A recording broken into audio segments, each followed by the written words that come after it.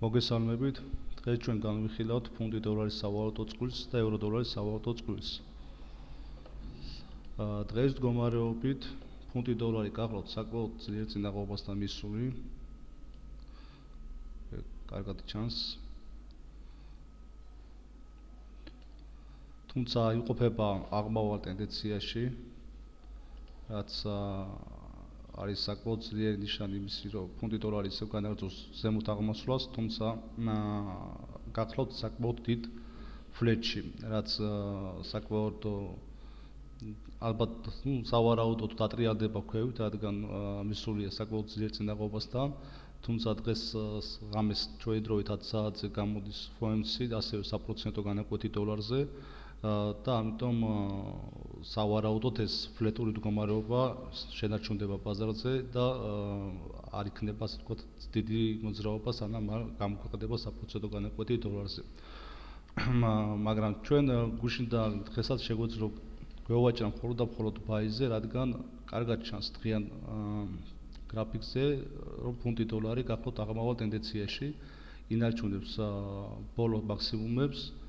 და როგორც თქვენ ხედავთ, ვერ მოახერხა ბოლო მინიმუმის გარღვევა.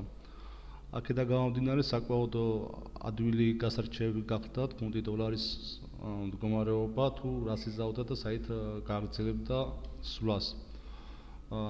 დღეს მდგომარეობით, რასაც ვაკვირდებით, ინარჩუნებს აღმავალ ტენდენციას ფუნტი დოლარი, თუმცა ვიმეორებ ისევ, რომ მისულია საკმაოდ ძლიერ წინაღობასთან.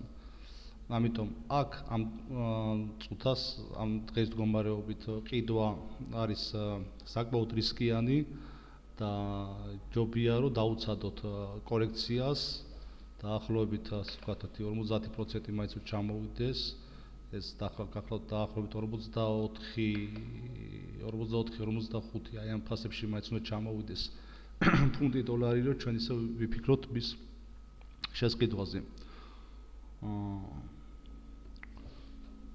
ნახოთ 4 საათიანზე როგორი სიტუაცია. 4 საათიანზე ტენდენცია არის აღმავალი. და ნახოთ დღევანდელი დღე. დღევანდელ დღეს დილით შეგვეძლო გაგვიხორციელებინა შესყიდვები დაახლოებით აი ამ ფასებში 45-60-დან იყო პირველი ბაი სიგნალი, როცა გააკეთა პატარა კორექცია, დღის შიდა კორექცია და შემდეგ ფასი წავიდა დღიანი ტენდენციის მიმართულებით და შემდეგ ისევ დააკორექტირა ბაზარმა ფასი და ჩამოვიდა ისე 45-50-ის დონესთან. აქედან ისევ შეიძლებოდა გაგვიხორციელებინა ბაი. ანუ გვეყიდა ფუნტი დოლარის სავალუტო წყვილი.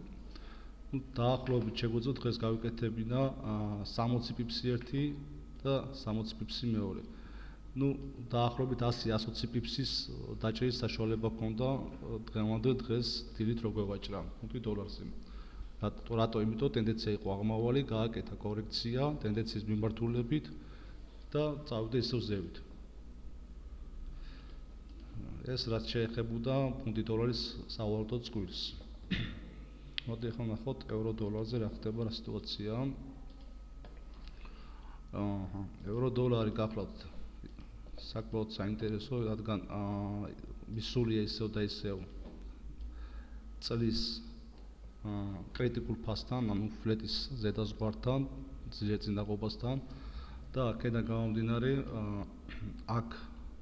აქედან უნდა იყოს იმის ალბათობა, რომ ბაზარი დატრიალდებოდა ქვევით, რაც გააკეთა, ანუ იყო კორექციული სვლა და ბაზარი ისევ იმყოფება აღმავალ ტენდენციაში და რატომ? გააკეთა ესეთი რაღაცა ბაზარმა, მივიდა კრიტიკულ ფასთან 44-50-დან, უბრალოდ 14-50-დან მივიდა, ვერ გაარღვია ეს საკმაოდ ძლიერი წინაღობა და ჩამოვიდა ფასი კორექციული სვლა გააკეთა დაახლოებით 12-60-დან ჩამოვიდა და აქედან ისევ ატრიალდა ზევით. ანუ ამ სიტუაციაში ევრო დოლარი გახლავთ შიდა ფლეტურ მდგომარეობაში, თუმცა სავარაუდოა ისევ ზევით წასვლა ევრო დოლარის, რადგან თქვენ ხედავთ კარგად, რომ წინა კვირაში შეძლო ქვევით წამოსვლა, გარღვევა ეს 4 საათზე უფრო კარგად გამოჩნდება. იყო ბოლო ძირი, ბოლო მინიმუმი კორექციული, რაც წინა კვირაში გამოვარღვია ბაზარმა და დაიხურა ამ ბოლო მინიმუმის ძირში რაზეც ასე ვთქვათ, ბევრი ტრეიდერი შეცდა და ბევრმა იფიქრა, რომ ევრო-დოლარის სავალუტო წყური დაიწყებოდა დაღმასვლას და ტენდენცია შეიცვლებოდა. თუმცა ეს ჩამოსვლა არ იყო იმის დასტური და არ შეგვიძლია ჩვენ გადავწყვეტ თქვა, რომ ტენდენცია შეიცვალა და წამოვიდოდა დაღმასვლაში, რადგან ეს იყო უბრალოდ სრულ გარღვევა ბოლო მინიმუმის, რადგან მან ვეღარ შეძლო გატესტირება ქვემოდან და შევიდა ისევ ტენდენციის მიმართულებით, ანუ წავიდა ისევ მზრდად ფასში, ანუ წავიდა ზევით. ამ სიტუაციაში ჩვენ შეგვიძლია მხოლოდ და მხოლოდ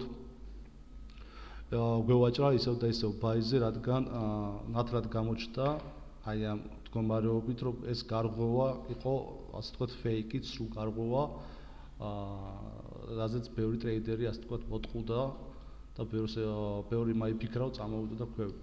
ამ სიტუაციაში ჩვენ ისევ შეგვეძლო შევსულიყავით ბაიზე, ოღონდ უკვე 15 წუთიანზე გადავიდოდით და გუშინ და დღეს ნათლად ჩანდა ბაის შესრულები. მაგალითად გაგაჩვენოთ გუშინდელი დღე, აქ გააკეთა კორექციული ჩამოსვლა, მერე ავიდა ზევით ბაზარი, ისევ გააკეთა შიდა ახალი სიმაღლე და გააკეთა ზევიდან დატესტირება, რაც ნათლად ჩანს. აი ამ ადგილში, აი ამ წერტილში გუშინ იყო იდეალური ბაის წერტილი, ანუ შეგვეძლო გვეყიდა ევრო-დოლარი გუშინ. დღეს მონაცემებით რომ გადავხედოთ ბაზარს, დღესაც გააკეთა იგივე, გააკეთა ზევიდან ჩამოსვლა, ანუ კორექცია, რაც კარგად ჩანს, გააკეთა დიდი კორექცია ლონდონის გახსნაზე, შემდეგ წავიდა ზევით და ისევ ჩამოვიდა ქვევით, ანუ ტესტირა. ამ შემთხვევაში აი აქ უკვე ჩვენ გვქონდა იდეალური წერტილი ბაისთვის. და თუ ჩვენ შევხედავთ 4 საათიანს, საკმაოდ კარგი ადგილია, დავუშვათ, ნახოთ, შევხედოთ ბოლო მაქსიმუმს, შევხედოთ, დაახლოებით გვაქვს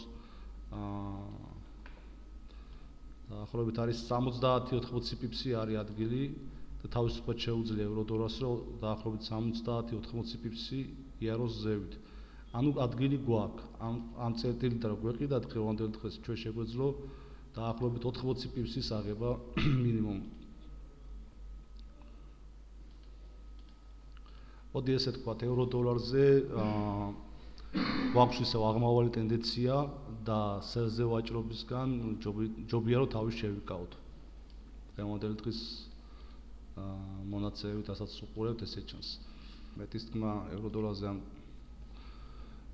წუთას აღარ შეგვიძლია, იმიტომ რომ უკვე მოგახსენეთ რა სიტუაციაც გვაქვს ევრო-დოლარზე და თუ ვივაჭრებთ, ხოლმე და მხოლოდ ვივაჭრებთ ბაიზე და არანაირად სელზე.